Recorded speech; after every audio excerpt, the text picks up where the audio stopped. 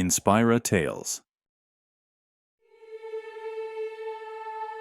It began as an ordinary day in the museum until it wasn't.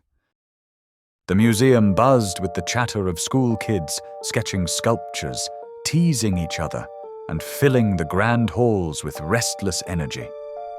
Vera stood apart from her classmates and from the rest of the world.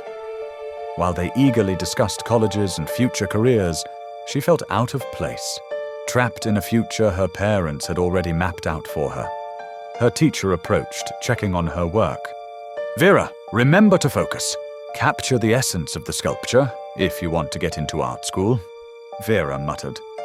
My parents want me to, but I'll be free soon. Art was her passion, but she wasn't ready to commit to the life they had planned.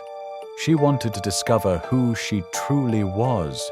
Like most teenagers, she was lost in an existential crisis, contemplating running away from home to find her own freedom.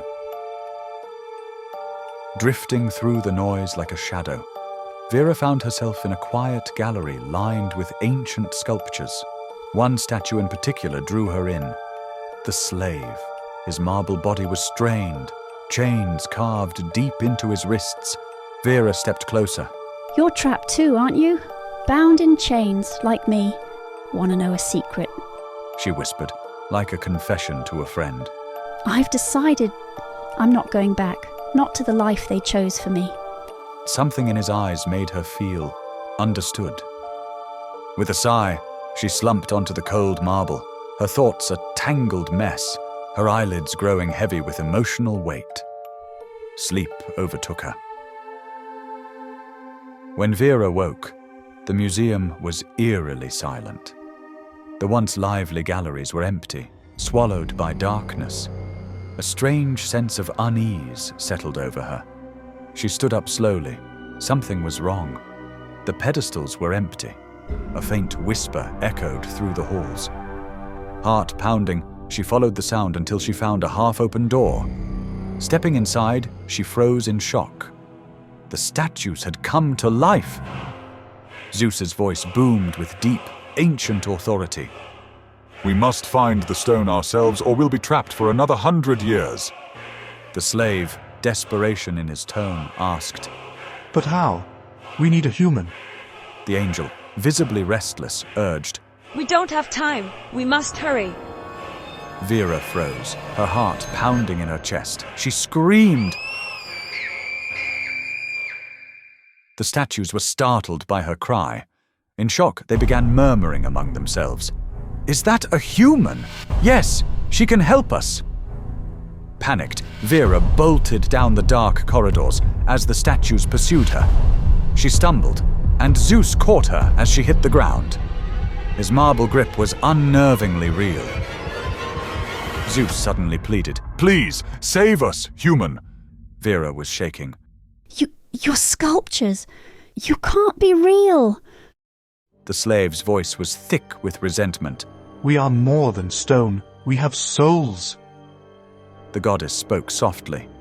We were made to be eternal, but we are frozen in time. The angel's voice cracked with urgency. Please, help us. Set us free. Vera, trembling, stammered. But how? I'm just a girl. The goddess nodded knowingly. Exactly. You are human. You can help us become human too. Terrified but intrigued, Vera listened as Zeus told her their story. Long ago, a sorcerer named Veldris had heard the statues' pleas and offered them a choice. Veldris let out a deep, mocking laugh.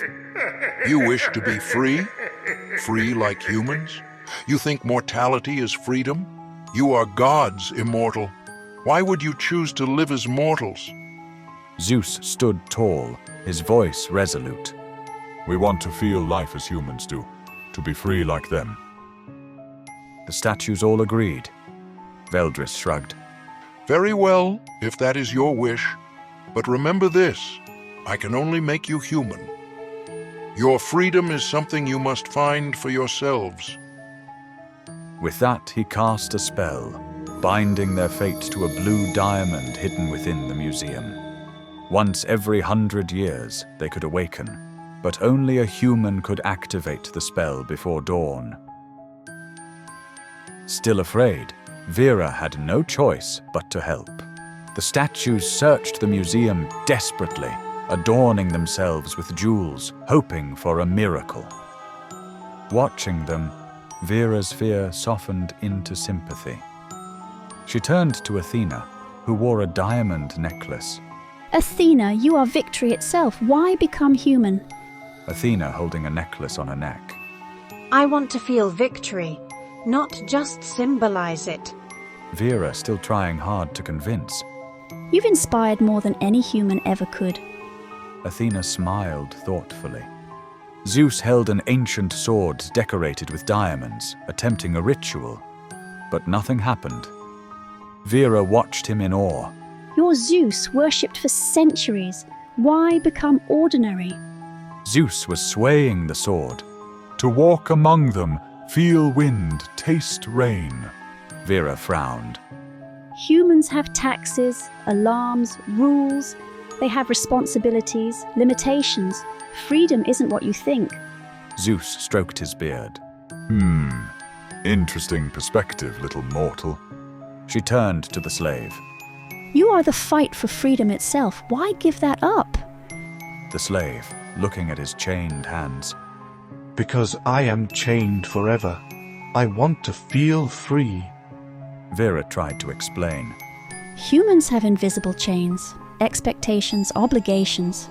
You're more than that. Still, they were unconvinced. She murmured to herself. If you become human, you will lose your divinity. You'll be ordinary, forgotten. You will struggle, feel pain. Zeus saw her distress. What is your struggle, little mortal? Vera hesitated, then blurted out. My parents want me to go to art school, but I don't know if that's me. The statues chuckled softly, their laughter echoing off the marble walls. The slave raised an eyebrow. That's why you're not going back? Vera turned, wide-eyed. I knew you heard me earlier today.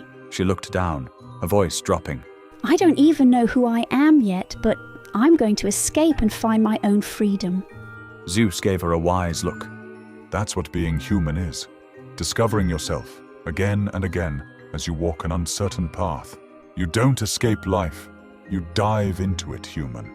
She felt disappointed they didn't understand, but their words had already begun to inspire her, just as she had inspired them. As dawn approached, hope dwindled.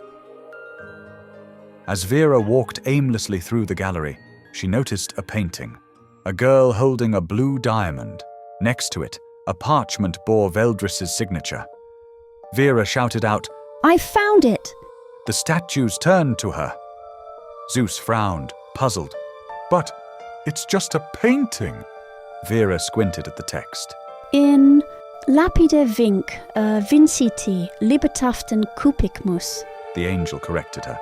Vinti libertatem cupimus. The goddess translated. That's a riddle.